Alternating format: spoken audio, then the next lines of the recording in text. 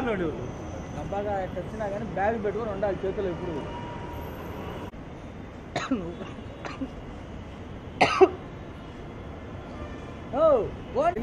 అదే కదా నువ్వు బయటికి రాకపోయినా రెడీ అన్నట్టు కంటిన్యూ చేయకుండా బుక్ కింద ఒక నోట్ రాసింది. స్టడీ పెడతా.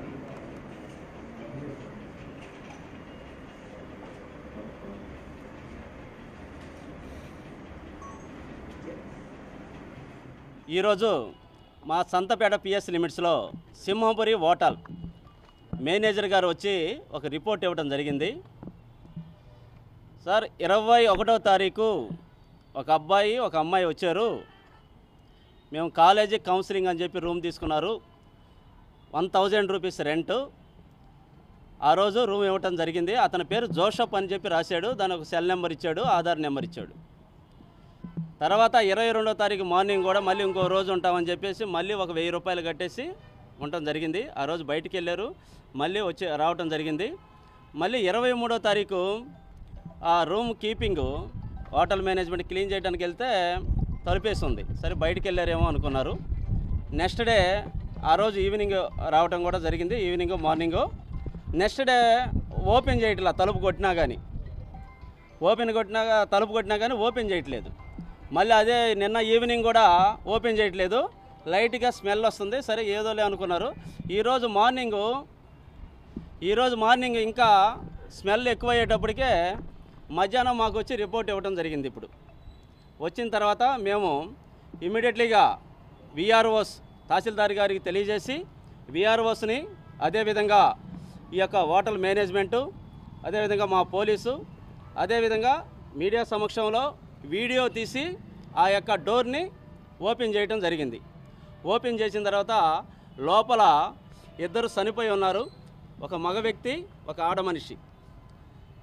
వారి యొక్క బ్యాగులు అవి చెక్ చేయగా అబ్బాయి పేరు జోసఫ్, ఏజ్ సుమారు 25-26 ఆ రేంజ్లో ఉంటుంది. అబ్బాయి కోవూరు దగ్గర, రాజమండ్రి దగ్గర కోవూరు.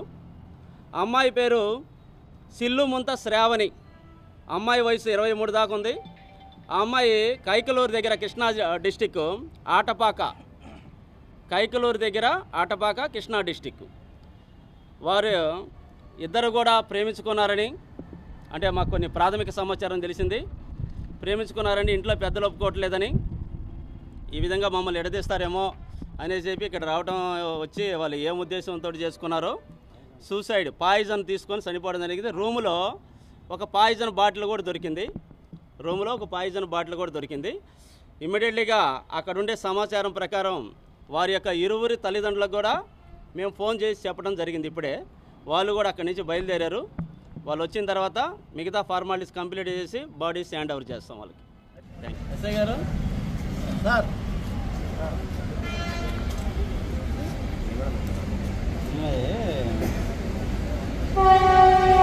కైకలూరు దగ్గర అమ్మ పేరు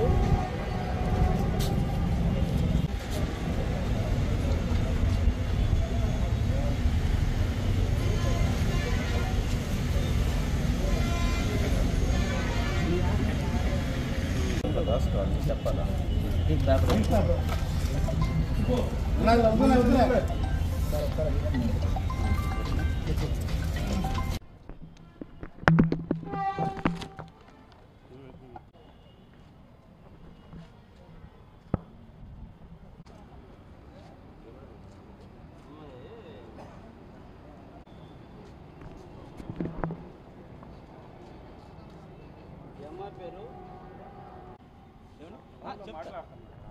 కాదు మాట్లాడలేదు, నేను తీసి ఇస్తాను.